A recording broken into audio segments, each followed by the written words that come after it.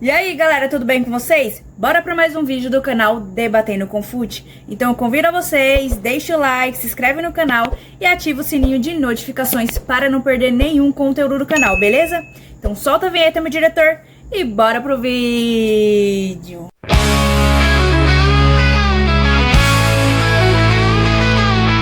No canal Debatendo com Fute.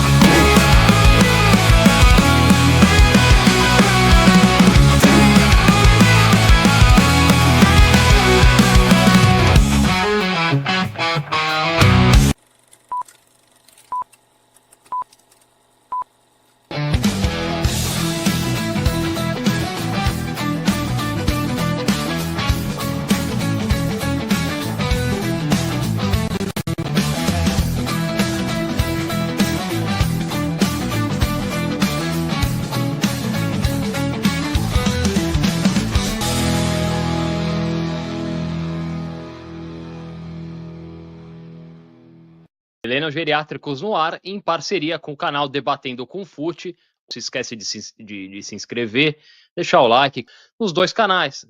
Vamos falar sobre a terceira rodada. Dá um alô pros teus inscritos aí, cara. Vai se inscrevendo aí, quem não for inscrito, beleza? Dá essa força aí, dá esse like para fortalecer o canal, beleza? Quem puder também se tornar membro, seja membro aí.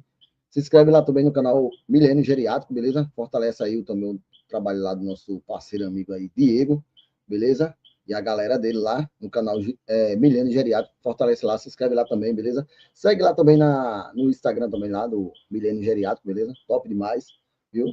E obrigado por estar mais uma vez aqui na companhia do ilustre Diego aí. Boa, tamo junto.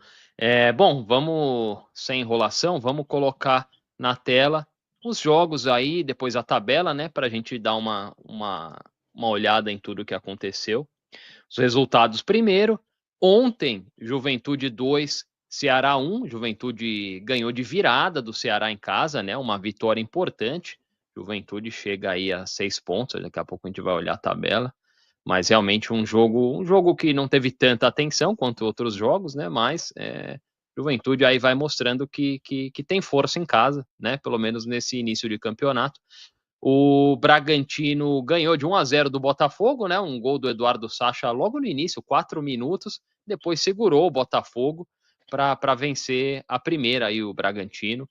Palmeiras 2, Corinthians 0. Tanto eu quanto o Moza falamos muito sobre o derby, né? Nos nossos canais. Tem um vídeo no meu canal, no dele também. Ele fez react, ele narrou o jogo também. O Moza é versátil. E daqui a pouco a gente vai falar um pouco mais. A gente ainda não teve oportunidade. Ontem foi uma correria, a gente não conseguiu conversar, eu e ele, sobre esse jogo. Daqui a pouco a gente fala. O Vasco ganhou do Sport. Foi um jogo horroroso. Eu assisti esse jogo, mas é um jogo com gols aí e o Vasco consegue vencer a segunda em casa. Bahia e Mirassol, jogo horrível também, 1-1. Grêmio e Flamengo, né? Já hoje, esses jogos já hoje, né? O Bahia e Mirassol, Grêmio e Flamengo. O Flamengo ganhou fora de casa, 2-0. O Grêmio não tá jogando nada. 2 gols do Arrascaeta aí. Mas quando estava 1-0 para o Flamengo, teve um pênalti escandaloso aos 14 minutos a favor do Grêmio, uma mão na bola aí dentro da área, e foi completamente ignorado, né? Aquela coisa, o Flamengo, Palmeiras, a gente tem falado aí nos últimos anos. Mais uma vez aí, Flamengo beneficiado. São Paulo e Cruzeiro, um jogo ruim de dois times que estão mal, né? Dois times que estão jogando muito mal, com vários problemas. São Paulo aí, um time com problemas graves de elenco, né? Claramente. E o Cruzeiro também, de uma outra perspectiva, né? O Cruzeiro era um desastre anunciado, contratou jogadores já veteranos, jogadores que vinham com baixo rendimento há anos já, né? E não sei, pagou caro com uma expectativa de que esses caras, sei lá, voltassem no tempo, né, cara? Sei lá. A gente vai falar daqui a pouquinho. Fluminense com um gol quase no apagar das luzes lá no Maracanã, fez 1-0 no Santos na volta do Neymar. O Fortaleza empatou com o Inter 0-0. O Fortaleza teve um gol anulado, né? E agora, acabou minutos atrás aí, o Atlético Mineiro também no fim fez o segundo gol dentro de casa, empatou com o Vitória 2-2. Eu vou subir aqui para a gente olhar a tabela do campeonato, né? Olho no Ali Vitória, né? 2-2, Atlético Mineiro e Vitória. O Flamengo lidera o campeonato, e Flamengo e Palmeiras, né? Que novidade. Flamengo e Palmeiras com 7 pontos são já na terceira rodada os dois líderes do Campeonato Brasileiro. Acho que a diferença ali é um gol no saldo, né? Um gol pró. O Flamengo tem um gol a mais marcado nesse momento, mas isso é irrelevante por enquanto. O Flamengo e o Palmeiras, 7 pontos, lideram o campeonato. O Juventude e o Vasco com 6 pontos em terceiro e quarto. Meu Deus, cara. Amanhã vai chover. Fluminense em quinto. Fluminense com 6 pontos também, né? Tá em quinto ali pelos critérios. Então, Juventude, Vasco, Fluminense com 6 pontos. O Fluminense que ficou com 6 pontos muito tempo no campeonato do ano passado. O pessoal lembra disso, né? O Fluminense não saía dos 6 pontos, demitiram o Diniz, veio o Mano. Demorou um tempão para sair desses 6 pontos aí. Muita gente achou que o Fluminense ia cair no ano passado, mas já tem 6 pontos aí na terceira rodada esse ano. Começa melhor o Fluminense. O Inter, né, com esse empate contra o Fortaleza, ficou com 5 pontos.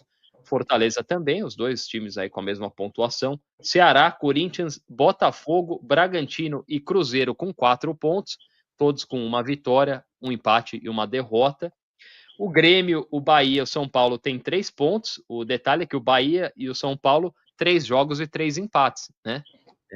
Realmente os dois times não conseguiram vencer, e o Grêmio com aquela vitória contra o Ceará fora de casa tem 3 pontinhos também. O Mirassol, 2 pontos junto com o Atlético Mineiro aí, 2 times que também não venceram até agora, né? Começa mal o Atlético Mineiro, né? Campeão mineiro, mas não começa bem aí o Brasileirão.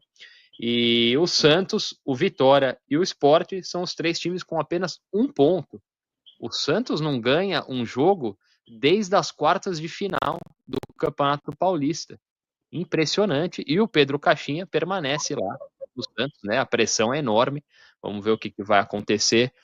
E aí, meu querido Moza, o que você achou dessa rodada? Né? Faz um apanhado já, um resuminho aí pra gente. Flamengo e Palmeiras já estão na liderança do campeonato.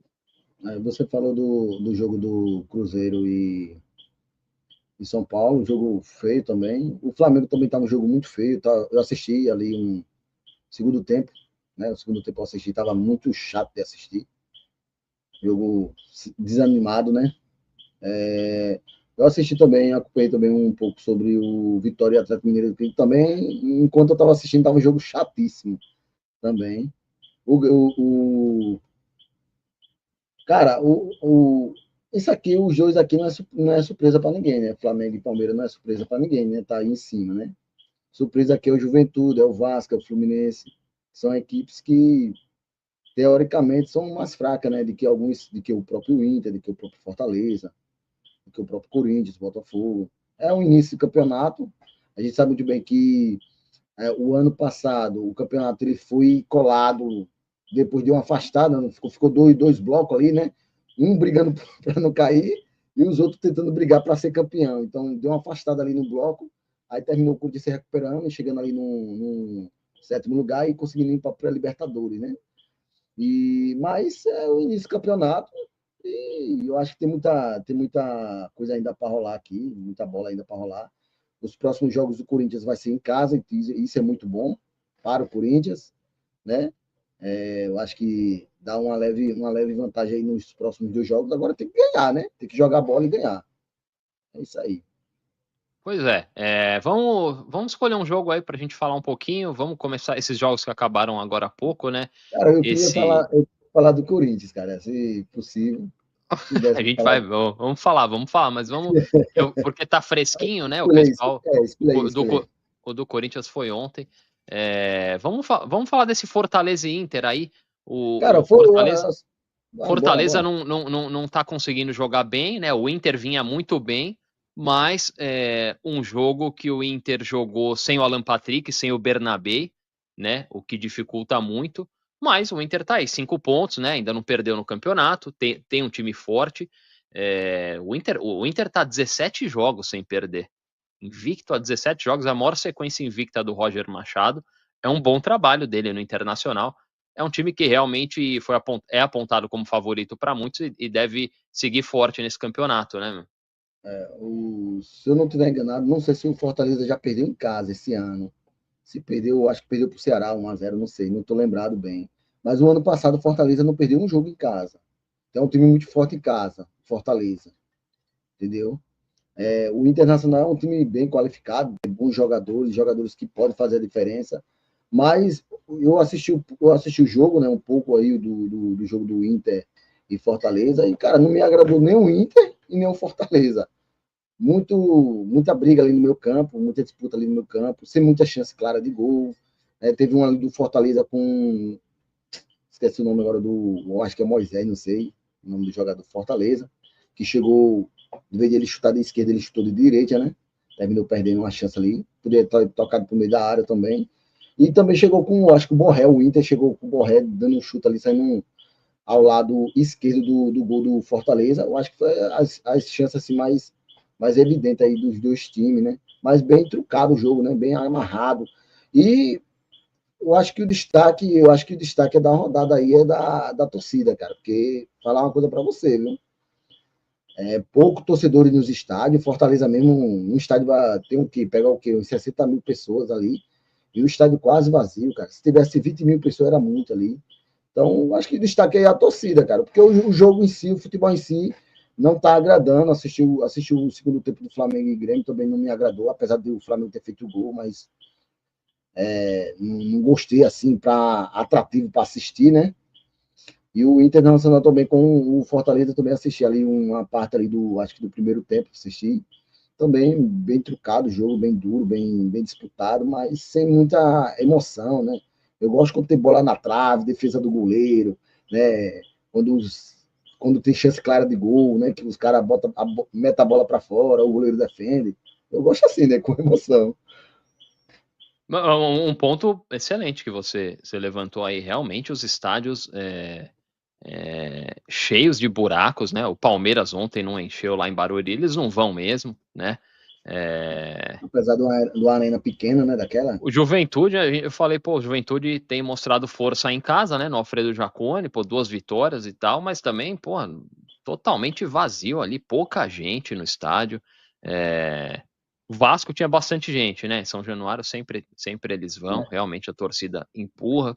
O time, a má fase, né? A crise, um time que passa anos assim, má fase, forma caráter, né? É uma torcida que tá judiada, a torcida que tá sofrendo muito. E aí por amor, né? né? Mas realmente muitos estádios. Pô, a Arena do Grêmio sempre, né? Eles não enchem aquele estádio, não sei qual que é o problema lá da torcida. Também. Torcida do Grêmio não vai para o campo.